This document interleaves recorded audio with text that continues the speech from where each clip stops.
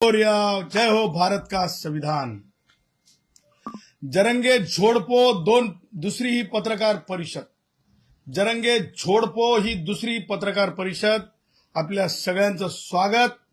आणि आज मला आपणाला हे सांगायचं आहे की ज्या प्रकारे महाराष्ट्रातल्या ज्याला एकात्मता म्हणतो, ज्याला भाईचारा म्हणतो, ज्याला एकोपा म्हणतो, ह्या एकोप्याला खीळ बसवण्यासाठी ज्या प्रकारे एक अपप्रवृत्त विचार पश्चिम महाराष्ट्राकडे फिरायला निघालाय, ती व्यक्ती तो समाज नसून ती व्यक्ती आहे।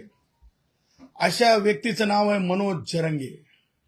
आणि त्या जरंगेनं आपण पहिल्या पत्रकार परिषदेच्या वेळेस जरंगे झोडपो पत्रकार परिषदेत आम्ही ज्या प्रकारे सांगितलं होतं की मनोज जरंगे हा कशा प्रकारे ओबीसीचे नेते मंडळी असतील किंवा ओबीसी समाज असेल किंवा इतर मागासवर्गीयातले घटक असतील किंवा ब्राह्मणातले नेतृत्व असतील, जात नसते नेतृत्वाला, परंतु जात बघून व्यक्ती बघून मला म्हणायचं नाही, श्वान सुद्धा खूप प्रामाणिक असतो, खूप प्रामाणिक असतो श्वानावर लोक खूप प्रेम करतात। घरामध्ये सुद्धा श्वानाची पिल्ले सांभाळली जातात त्यांच्या भुकण्यात। आणि मला म्हणायचं नाही जरंगे भुकतय, परंतु हे जे भुकणं आहे जरंगेचं, हे जे भुकणं आहे, हे भुकणं सामाजिक तेढ निर्माण करणार आहे, भुकल्यासारखं आहे। आणि म्हणून मला हे म्हणायचं आहे की 52 कुळ्या असं संबोधून महारड्या मांगड्या म्हणल्यासारखा तो बोललेला व्यक्ती पुन्हा सोलापूरमध्ये तसाच व्यक्त झालेला आहे। हे निंदाजनकच नाही आहे, तर याचा निषेधच झाला पाहिजे, सर्व स्तरातून निषेध झाला पाहिजे। जर तोंडामध्ये दातखिळी बसली असेल तर ती दातखिळी निघाली पाहिजे। विखेंना माझी जाहीर विनंती आहे, जाहीर आव्हान आहे, जाहीर म्हणणं आहे, जाहीर प्रश्न आहे। अंबादास दानवेंना मला जाहीर प्रश्न आहे। मला म्हणायचं आहे की मनुष्याला दातखिळी बसते, तशी तुम्हाला दातखिळी बसलेली आहे का? तुम्हाला बोलावं लागेल, तुम्हाला सांगावं लागेल की ह्या सगळ्या गोष्टी जे जरंगे बोलतो ते अपप्रवृत्त आहेत, त्याच्याशी तुम्ही सहमत आहेत का हे तुम्हाला सांगावं लागेल। बाकी गोष्टी पुढे गेल्या, बाकी गोष्टी नंतर, अगोदर हे अपप्रवृत्त बोलणं महाराष्ट्राला चालत नाही।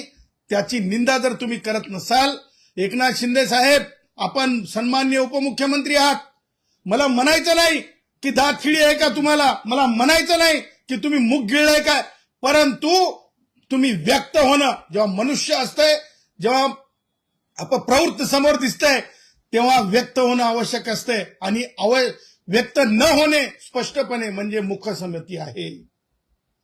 जरंगेच्या ह्या वक्तव्याला मुखसंमती आहे का? उपमुख्यमंत्री एकनाथ शिंदे साहेब, कुठे माझा उदय, सन्माननीय उदय सामंत, मुखसंमती आहे का? परत तो तिथं भुकल्यासारखा बोललाय, हे चालेल का? आणि म्हणून मला म्हणायचं आहे की हा व्यक्ती ज्या प्रकारे वागत आहे, ज्या प्रकारे व्यक्त होत आहे, हे अत्यंत निंदाजनक आहे। त्या पुढे जाऊन तलवारी तर मराठ्यांच्या हातात तलवारी आहेत, मराठ्यांच्या हातात तलवारी आहेत। ह्यापूर्वीच मुंबई उच्च न्यायालयाच्या छत्रपती संभाजीनगर खंडपीठाने स्पष्ट सांगितलेलं आहे, जरंगे म्हणजे मराठा समाज नाही, कारण माझ्या मराठा समाजातले कोणी भाऊ तलवारीची भाषा करत नाहीत। हा अपप्रवृत्त तलवारीची भाषा करतो म्हणजे अर्थातच याला काय सांगायचंय, याला हेच सांगायचंय का दंगलीची तयारी यानं करून ठेवली का? मनोज जरंगेच्या सगळ्या जे काही इंटेलिजन्स आहेत त्याच्या संबंधित ते तपासले गेले पाहिजे, कारण मनोज जरंगे तलवारीची भाषा करत आहे, याचा अर्थ यांनी कुठेतरी रक्तरंजित महाराष्ट्र करण्याची तयारी केली का हे पाहणं नुसतं आवश्यकच नाही, तर कारवाई होणं आवश्यक आहे। कुठे तलवारी, कुठे तलवारी, की याचा बोलाची भात आणि बोलाचीच कडी आहे का, हे सुद्धा तपासणं आवश्यक आहे। याच्यामुळे सामान्यपणे इतर मराठा युवक अडचणीत येऊ शकतात। याच्या अशा भाष्कळ बोलण्यामुळे